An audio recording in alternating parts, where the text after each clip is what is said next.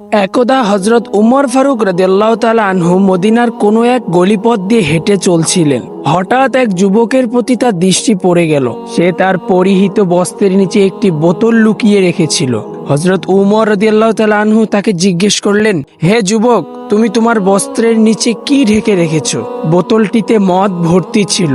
সুতরাং যুবকটি জবাব দিতে নাকচ করছিল, কিন্তু সে তখন আত্ম অনুশোচনায় ও ভয়ভীতিতে বিহ্বল অবস্থায় আল্লাহর দরবারে প্রার্থনা করল, হে মাবুদ, আমাকে তুমি খলিফা উমর রাদিয়াল্লাহু তাআলা আনহু এর সামনে লজ্জিত করো না। তার কাছ থেকে ত্রুটি ও অপরাধ গোপন রাখো। আমি তোমার নিকট খাঁটি তওবা করছি এবং এই প্রতিশ্রুতি দিচ্ছি যে জীবনে আর কোনোদিনই আমি মদ স্পর্শ করব না। এরূপ তওবা করার পরক্ষণেই যুবক হযরত উমর রাদিয়াল্লাহু তাআলা আনহু এর প্রশ্নের জবাব দিল যে, হে খলিফা, আমার কাছে এটি একটি সিরকার বোতল। কিন্তু খলিফা তার কথায় পূর্ণ আস্থা না এনে বোতলটি দেখতে চাইলেন। তার ইচ্ছা অনুযায়ী তখন বোতলটি তার সামনে পেশ করা হলো।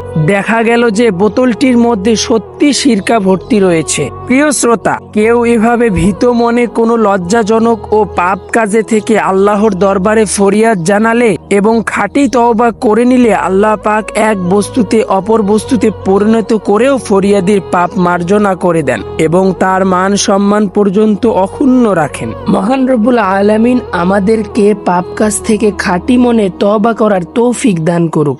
আমিন।